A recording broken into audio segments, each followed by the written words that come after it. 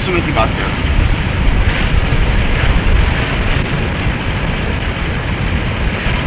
फैसला लेकर के, मजिस्ट्रेट का फैसला, जज का फैसला लेकर के पहले सुनाया गया। उसके ऊपर काली टोपी उड़ा दी गई, गले में फंदा कस दिया, नीचे तख्ता रख दिया। अब तख्ता हटाना है और चूलना है और खत्म हो जाना है। और ज्यों ही घड़ी में टाइम देखा कि सुबह 5:11 पर फांसी देनी है, 5:10 हो गए। मंगल सेन ने बोला, मंगल सेन, मोतीलाल जी कहाँ हैं? मोतीलाल ने कहा मैं यहीं खड़ा हूं। उसने तो टॉन्टिंग में, एक व्यंग में पूछा था कि अब मोतीलाल कहाँ खड़े, और मोतीलाल ने कहा कि मैं यहीं खड़ा हूं। और जो ही मजिस्ट्रेट ने कहा तख्ता हटाओ, उसने कहा नो, आप तख्ता नहीं हटा सकते, इसमें केवल लिखा है फांसी देना, तख्ता हटाना लिखा नहीं। आपने फांसी गले में डाल दिए, अब आप फांसी हटा दीजिए। उसने खुद चढ़ करके उस फांसी के फंदे को निकाल दिया। बहुत बड़ी अविज्ञा, इतना बड़ी जरूरत, इतनी बड़ी। उन्होंने कहा कि इसमें मरने के लिए कहाँ लिखा है? ऑर्डर में लिखा है फांसी दी जाए, हमने फांसी दे दी। फांसी का फंदा गले में, फांसी का फंदा गले में। उसके बाद से जज लिखने लगे हैं कि टिल डेथ, बाद में ये लाइन जुड़ने लगी, फांसी दी जाए, मृत्यु तक फांसी लगाई जाए, ये लाइन बाद में जुड़ने लगी। पहली बार फांसी का ऑर्डर होने पर भी उसको फांसी नहीं दी गई, और उसी वजह से मोतीलाल नेहरू का नाम पूरे भारतवर्ष में अधिक प्रसिद्ध। यह क्या थी? एक पॉइंट कि विपरीत क्षणों में भी अपने दिमाग के संतुलन को बिगड़ने नहीं देना। अंतिम क्षण, लास्ट मोमेंट तक भी, जब असफलता तुम्हारे हाथ में नहीं आ जाए कोई बात, तब तक आप हिम्मत मत हारें। और जब तक साधना बिल्कुल सफल नहीं हो जाए, तब तक विचलित होने की जरूरत नहीं। ऐसा नहीं सोचने की जरूरत है कि 5 दिन तो हो गए, 25 दिन हो गए, 2 महीने हो गए, हुआ कुछ नहीं। हो सकता है कि 5:11 पर जो फांसी होने वाली नहीं, ऑर्डर हो गया तो क्या होगा?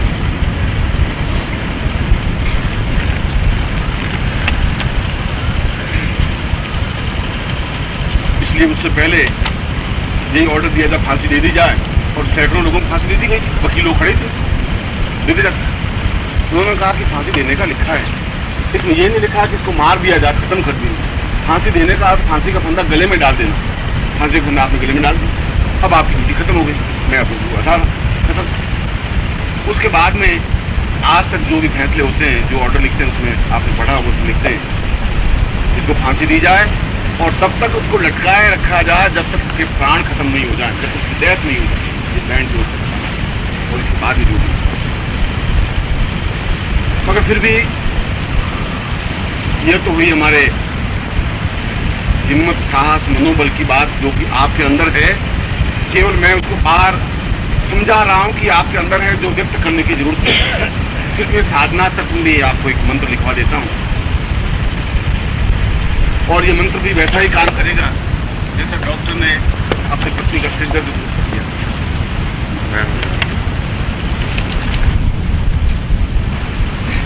ये मंत्र अगला मुख्य मंत्र है, और आप इसको सतत जप सकते हैं, निरंतर जप सकते हैं। इसके लिए ऐसा विधान नहीं, एक पीले वस्त्र हो या लाल वस्त्र हो, या उठें या बैठें या खाएं या पिए, ऐसा कुछ नहीं। निरंतर जपने की क्रिया है। ओम ह्लीं क्लीं नमः। बस ओम ह्लीं क्लीं नमः, ये दोनों बीज मंत्र हैं, और दोनों बीज मंत्र को संपुटित किया गया है। मंत्र अपने आप में अंदर के साहस, अंदर की हिम्मत और अंदर की क्षमताओं को उजागर करने में आश्चर्यजनक रूप से सहायक है। आप कभी भी बहुत दुखी हो, टेंशन में हो, बहुत परेशान हो,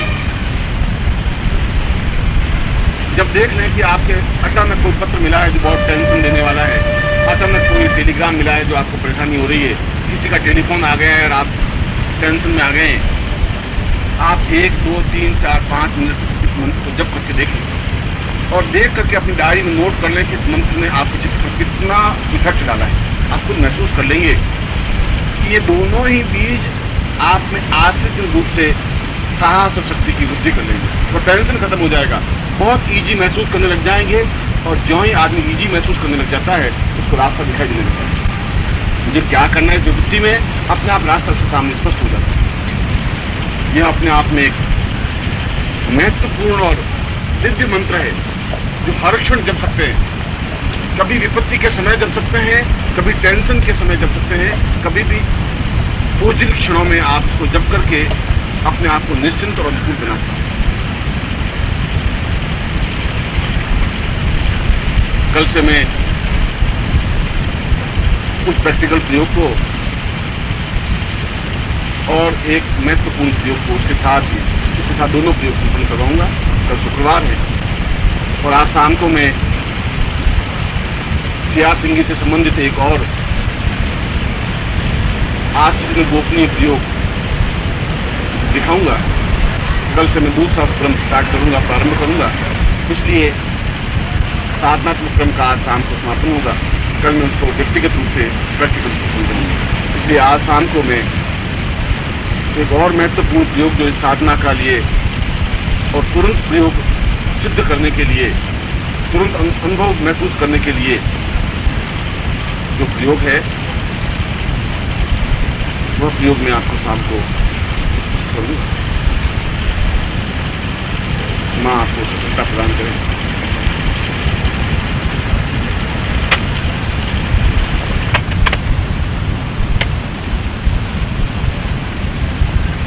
प्रयोग को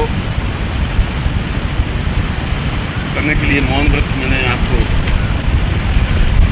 आपके मानस में ये विचार आ सकता है कि गुरु जी प्रत्येक साधना में एक दिन मौन व्रत रखवा देते हैं और मेरी राय में आपको पूरी जिंदगी में अधिक से अधिक मौन व्रत रखना चाहिए। एक दिन की बात तो मेरी मजबूरी है कि एक दिन के लिए मौन व्रत देता हूँ।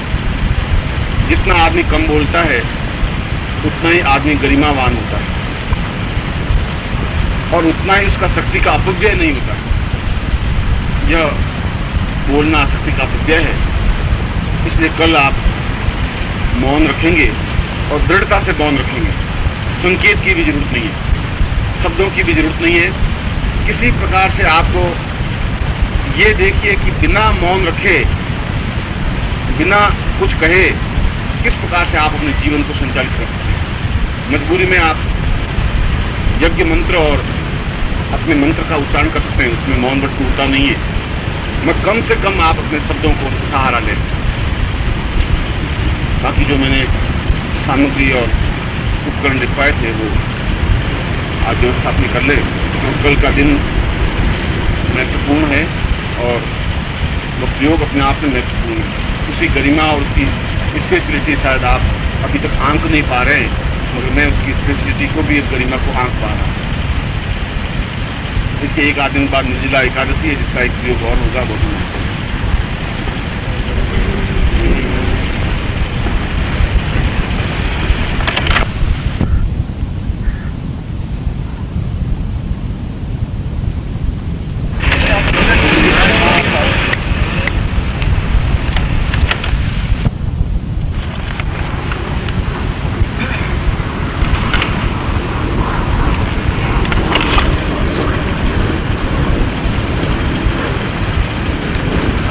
आत्मीय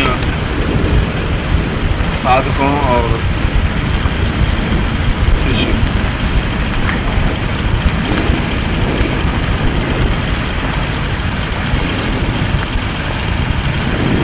आज का प्रवचन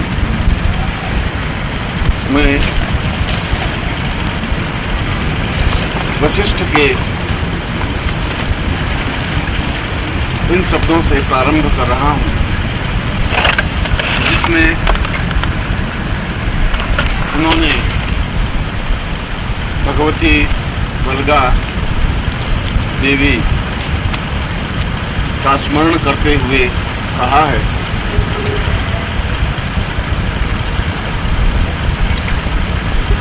मातुर्नमामि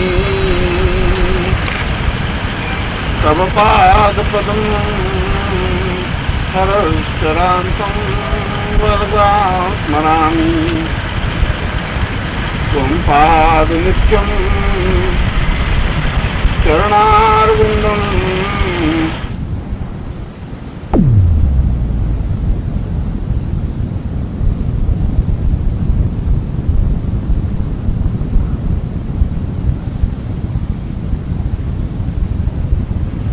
एक बहुत बड़े सत्य का उद्घाटन इन 4 पंक्तियों में किया है। उन्होंने जीवन के वह काल में, यौवन काल में मां भगवती वल्गा की साधना संपन्न करने पर उन्होंने अनुभव किया कि मां बगलामुखी देवी स्वयं ही शिवमय है, शिवत्वमय, और वही कल्याणकारी है, वही जीवन में पूर्णता देने वाली है, और वही शिव स्वरूपा है। इसीलिए बगलामुखी देवी का एक दूसरा नाम शिवा कहा गया है। वशिष्ठ जैसे ज्ञानी और शिव के अनन्य उपासक, जिन्होंने अपने जीवन को ही शिवमय बना दिया था, और उन्होंने इसकी 4th पंक्ति में कहा है कि बगलामुखी साधना ही शिवत्व है। इसके 3 अर्थ निकलते हैं। पहला अर्थ तो यह कि बगलामुखी साधना ही सही अर्थों में कल्याणकारी साधना है, शिवत्व प्राप्ति की साधना है। शिवत्व कल्याण। दूसरा, यह बगलामुखी साधना ही जीवन में मृत्यु भय को, अकाल मृत्यु को समाप्त करने वाली है। जीवन में अकाल मृत्यु नहीं हो, और जीवन में हम अपने लक्ष्य पर पहुंचने में सफलता प्राप्त कर सकें, इसका अर्थ भी शिवा या शिवत्व ही रहा। और तीसरा अर्थ, बगलामुखी साधना मूलतः अर्धनारीश्वर साधना है, और जब तक हम शिवत्व साधना को नहीं समझ लेंगे, तब तक बगला साधना को भी नहीं समझा जा सकेगा। आपने भगवान शिव के अर्धनारीश्वर रूप को देखा होगा, जिसमें आधे शरीर में शिव का एक विचित्र रूप है। सिर पर जटाजूट, जिसमें गंगा बहती हुई, तीसरा नेत्र ललाट पर चमकता हुआ, गले में सर्प और रुद्राक्ष माला, बाहों पर सर्प के भुजबंद, कमर पर कर्दनी और नीचे वृक्षासन, और उनका आधा शरीर पूर्णतः बगलामुखी का ही रूप, वैसा ही स्वरूप जैसा आप सामने देख रहे हैं। उतना ही सौम्य, उतना ही रौद्र। उनके आधे अंग में क्षमा, नारी का ममत्व रूप, गले में हार और बाहों में खड्ग, ये दोनों रूप मिलकर ही अपने आप में पूर्ण अर्धनारीश्वर रूप बना। अर्धनारीश्वर की पूजा में यदि आप देखें तो शिव की पूजा में बगलामुखी का संपुट दिया जाता है, और बगलामुखी के पूजन में शिव का संपुट दिया जाता है।